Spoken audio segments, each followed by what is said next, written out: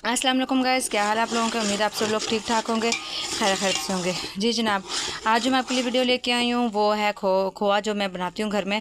जैसे कि मैंने आपको पहले बताया कि मेरे मियाँ जो आइसक्रीम का काम करते हैं, जो क्यूब्स वाली होती है, उसका हमारा ठेला है। हम खुद घर पे बनाते हैं आइसक्रीम, रबड़ी दूध, फालूदा, सवियाँ जो मैंने पिछली वीडियो में आपको दिखाई थी, जो हमने खुद तैयार की थी घर में, वो मैंने आपको दिखाई थी। अब ये इस वक्त मैं बना रही हूँ खोआ जो हम लोग आइसक्रीम में डालते हैं। वैसे आमतौर पर जो मार्केट में हैं वो लोग, जैसे हर चीज़ का फ्लेवर मिलता है ना, कलर मिलता है, फ्लेवर मिलता है, वो लोग फ्लेवर डालते हैं, लेकिन हम लोग खालिस खोआ ये बनाते हैं जो आइसक्रीम में हम डालते हैं। ये देखिए, ये 6 किलो दूध का खोआ है जो मैंने तकरीबन 2:30 बजे से रखा हुआ था, क्योंकि ज़रा मुझे घर के और काम भी करने होते हैं। फिर मैं इसको हल्की आंच पे रखती हूँ, क्योंकि लकड़ियों की आंच बहुत जल्दी तेज़ होती है, तो फिर मैं ज़रा हल्की आंच पे रखती हूँ, वरना बहुत तेज़ आंच पे अगर पकाया तो इसको तकरीबन 1 घंटा लग जाता है, 1 से 1.5 घंटा लग जाता है पकाने में।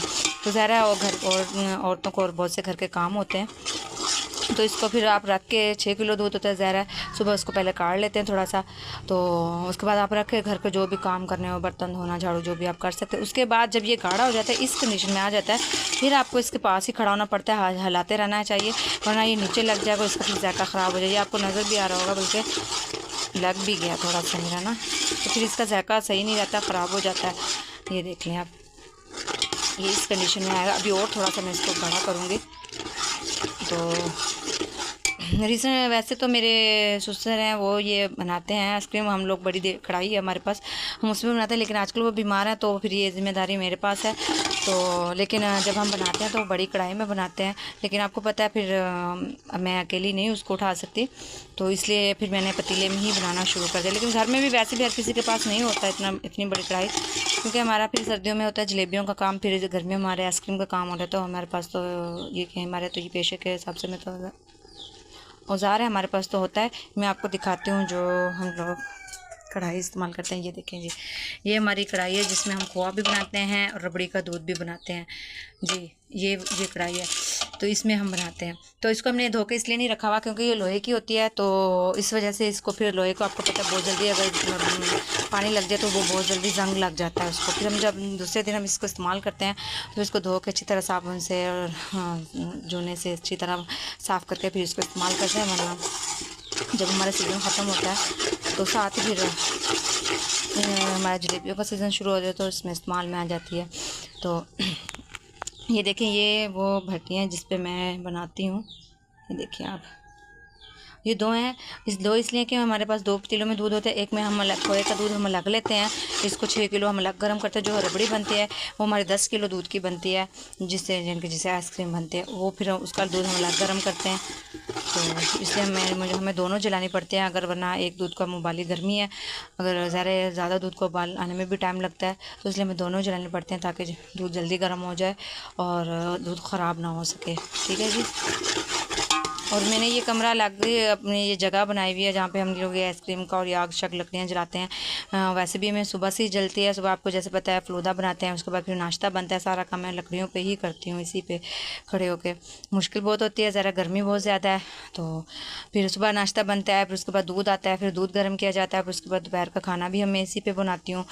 उसके बाद 2-2:30 बजे फिर ये आपको जैसे ये खोआ है ये रख लिया मैंने, उसके बाद तकरीबन 1-आध घंटा फिर जो रबड़ी दूध है उसको बनाने में लगेगा, उसके बाद फिर ये फारिग होती हूँ मैं। ये देखिए जी, अभी हम थोड़ा सा इसको और कर लेंगे, और फिर जब ये बन जाए तो इसको थोड़ी देर के लिए ना रख दें, फ़ौरन ना किसी बर्तन में निकालें, थोड़ा ठंडा होने दें।